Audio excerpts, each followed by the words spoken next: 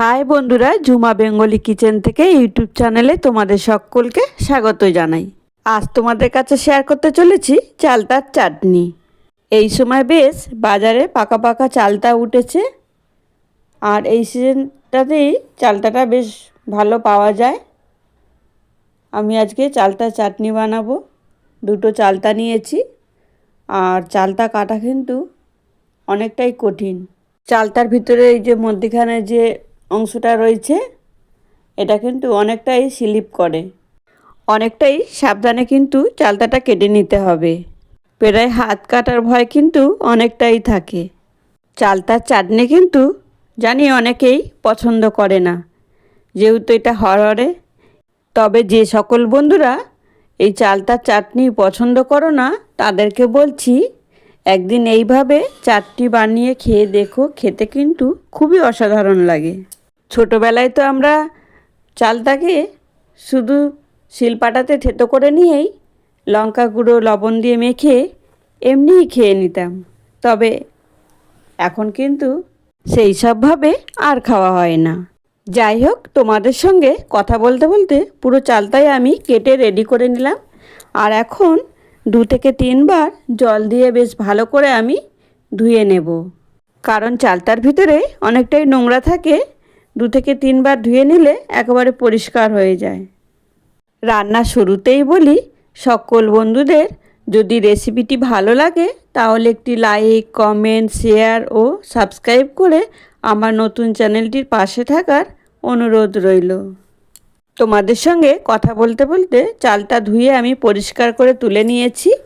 এবার প্রেসার কুকারে ঢেলে নিলাম, নিয়ে লবণ ও হলুদ অ্যাড করে দিলাম, সঙ্গে দিলাম জলটা দিয়ে এবার আমি 2 গ্লাস মতো জল দিয়েছি।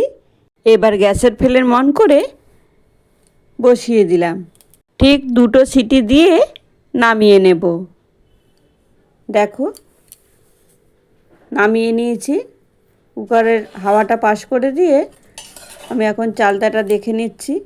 সুন্দর সিদ্ধ হয়ে গেছে, কালারটাও কত সুন্দর হয়েছে দেখো। পুরোটা চালতার চাটনি কিন্তু আমি বানাবো না, কিছুটা বাটিতে তুলে রাখলাম। এদিকে গ্যাসের ফ্লেম অন করে কড়াইটা বসিয়ে দিয়েছি। কড়াইতে সামান্য সর্ষের তেল দিয়ে ফোড়নে দিলাম শুকনো লঙ্কা ও সরষে। এরপর সিদ্ধ করা চালটা আমি কড়াইতে ঢেলে দিলাম, দিয়ে বেশ ভালো করে নেড়ে চেড়ে নেব। চালতাগুলো তো পুরোই সিদ্ধ হয়ে গেছে, ব্যাস একটু ফুটবে, তারপরেই আমি দেবো মিষ্টি। আমি কিন্তু এখানে চিনি ব্যবহার করিনি, তোমরা চাইলে চিনিও ব্যবহার করতে পারো। আমার কাছে ছিল পুজোর শিঙি, আর শিঙিটাই আমি চাটনির মধ্যে ব্যবহার করে নিলাম। আমি কিন্তু চালটা সিদ্ধ করার পরে কিছুটা চালটা আমি তুলে রাখছি, আর এই সিদ্ধ করা চালটা কিন্তু ফ্রিজে রেখে অনেকবারই চাটনি বানিয়ে খাওয়া যেতে পারে। দেখো, তোমাদের সঙ্গে কথা বলতে বলতে আমার চাটনি কমপ্লিট। এবার আমি একটা বোলের মধ্যে চাটনিটা নামিয়ে নিলাম।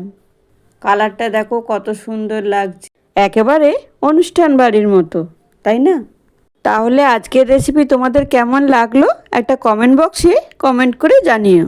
ভিডিওটা এখানেই শেষ করলাম, ফিরে আসছি আবারও এক রেসিপি নিয়ে।